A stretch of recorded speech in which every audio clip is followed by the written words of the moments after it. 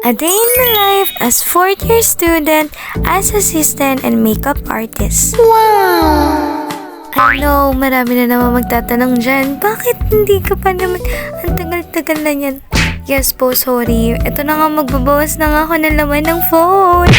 So, yun na nga, magbabawas na nga ako ng storage ko kasi need ko talaga and ayun, kaya kailangan ko na talaga siyang i-edit. So, nung September 7 pa talaga to. Yes!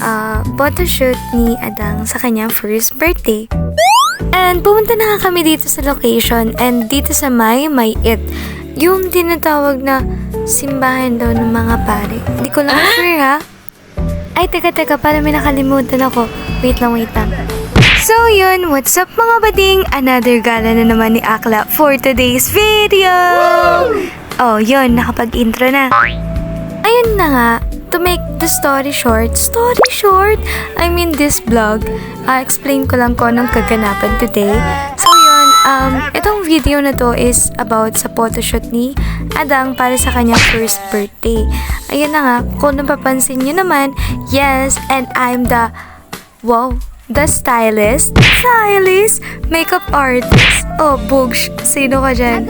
I mean, ayun nga, as a help na din. Kung pagsasama-samahin, ay ako lang naman to. What? Ay, si Ate. Rikit mo naman pala. Abay, lokbanin. Ayun na nga, basta, photoshoot lang talaga to ni Adang. Then, syempre kasama na talaga lahat. Nagpicture din kami dyan. And, ayun na nga, random videos. Siguro parang like update. Some clips lang, ganun. Yes! Kaya, ayun. Hindi ko na alam kung ano pinagsasabi-sabi ko, pero basta yun. Panoodin nyo na lang. Hindi ko na kasi alam kung ano mga nangyari this day. I mean, ditong araw na to. Ayun na nga, like, may photoshoot din yung tita ko. Then, ayun nga, si tito, meron din. And hindi mawawala talaga yung mga ganitong mga bagay, oh. Tamo, pati namang kambing.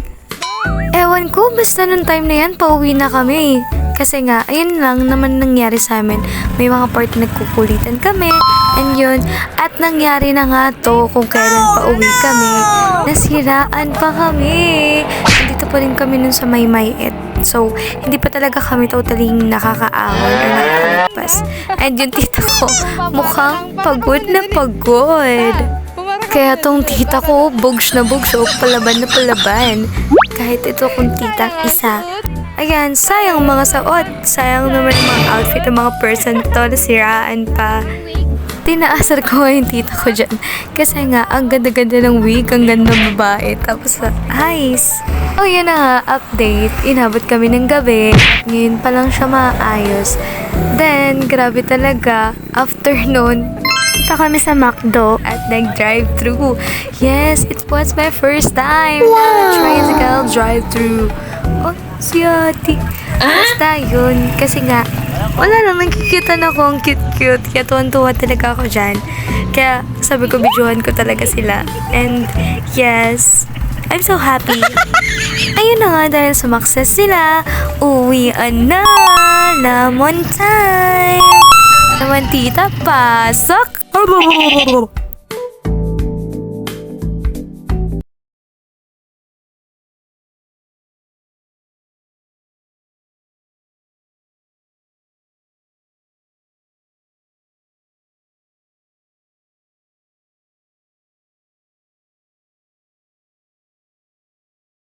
Oh, yun na nga, update. Inabot kami ng gabi at ngayon pa lang siya maayos. Then, grabe talaga. After nun, pumunta kami ng Jollibee at nag-drive-thru. Yes, it was my first time na tricycle drive-thru. Oh, si Ate. Basta yun. Kasi nga, wala lang, nakikita na ako ang cute-cute. Kaya tuwan-tuwa talaga ako dyan. Kaya sabi ko, videohan ko talaga sila. And yes, I'm so happy.